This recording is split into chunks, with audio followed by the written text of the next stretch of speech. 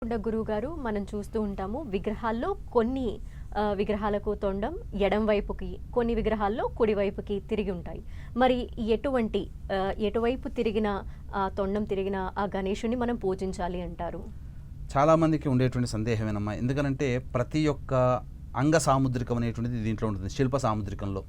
అంటే మనకు గమనించుకోవాల్సిన అంశం ఏంటంటే ఇక్కడ అవసరము, సందర్భము, అవకాశం వచ్చింది కాబట్టి ఇక్కడ ఒక ధర్మ సందేహం తెలియజేస్తున్నాను. వీక్షించేటువంటి 10 టీవీ ప్రేక్షకులు కూడా ఇక్కడ చాలా జాగ్రత్తగా గమనించండి. ఎందుకనంటే మనకు పురాణ పురుషులు కృష్ణుడైనా, రాముడైనా, ఇంకా అనేక మంది దేవతలు మానవ రూపాన్ని ధరించి ఉన్నటువంటి వాళ్ళు మనం దేవతలుగా కొలుచుకుంటున్నాం. వాళ్ళు పురుషులుగానే పుట్టారు. ఆ యొక్క రాముడైనా, కృష్ణుడైనా, ఇంకా ఏదైనా కానీ ఆ పురుషుడికి కూడా మామూలుగానే మనకున్నటువంటి హార్మోన్స్గానే ఉంటాయి. ఆ విధంగానే పురుషులు గడ్డము మీసములతో ఉంటుంటారు. మరి మనం ఎప్పుడైనా వీక్షించేటువంటి 10 టీవీ ప్రేక్షకులు ఒక్కసారి ఆలోచించారా? మనం ప్రతిరోజు నిత్యం వెళ్ళేటువంటి దేవాలయం కావచ్చు, లేదా మన ఇంట్లో చిత్రపటాలు కావచ్చు. వెంకటేశ్వర స్వామి కూడా కలియుగ అవతార దైవం కదా, అర్చామూర్తి కదా, మనకు జీవించి మనిషి గర్భాన పుట్టినటువంటి వ్యక్తే కదా. మరి ఆ యొక్క మానవ రూపాన్ని పొందినటువంటి వ్యక్తికి గడ్డము మీసములు ఉంటాయి కదా. మరి దేవాలయాల్లో చిత్రపటాల్లో ఎందుకు ఉండవు అనేటువంటి విషయాన్ని ఎప్పుడైనా ఆలోచన చేశారా? ఎందుకనంటే మనకు శిల్ప సాంప్రదాయం అనేటువంటిది ఒకటి ఉంటుంది, శిల్పశాస్త్రం అనే ఒకటి ఉంటుంది. ఆ శిల్పశాస్త్ర ప్రమాణాన్ని అనుసరించి ఎటువంటి విధంగా ఉన్నటువంటి శిల్పాన్ని మనం పూజించాలి, అర్చించాలి అనేటువంటిది మనకు చెప్పబడి ఉందమ్మా.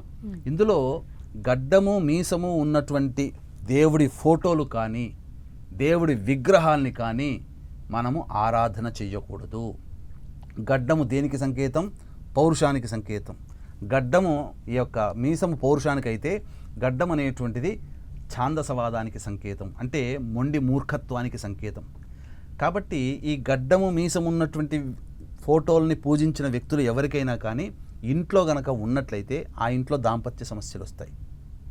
అలాగే అనేక రకాలుగా దారిద్ర్యం అనేటువంటిది ఉంటుంది. అందుకనే ఆ శిల్పశాస్త్రాన్ని అనుసరించి రామాలయంలోనైనా, కృష్ణాలయంలోనైనా, వెంకటేశ్వర స్వామి దేవాలయంలోనైనా ఎక్కడైనా పురుషుడికి ఎప్పుడూ కూడా గడ్డము మీసములు అనేటువంటివి ఉండవు. ఆ యొక్క శిల్పాన్ని, ఆ యొక్క దేవుని ప్రతిమని, ఆ విధానాన్ని, ఆ ఫోటోని అర్చించినటువంటి వాళ్ళకి దేవతాశక్తి కలుగుతుంది. కాబట్టి దయచేసి ఇప్పుడు ఈ రోజున అనేక వాడవాడల అనేక దేవాలయాల్లో మనం చూస్తున్నాము. ప్రతి చోట అవసరమున్నా లేకపోయినా కొన్ని విగ్రహాల్ని దేవుడితో సమానంగా మనం ఈ రోజున మనం పూజిస్తున్నాం, అర్చిస్తున్నాం గడ్డము మీసములు ఉన్నటువంటి. అందుకని మనకు పూర్వకాలంలో ఇప్పుడు కొన్ని సినిమాల ప్రభావం వల్ల వచ్చి లక్ష్మీనరసింహస్వామిది హైలైట్ అయిపోయాడు మనకు.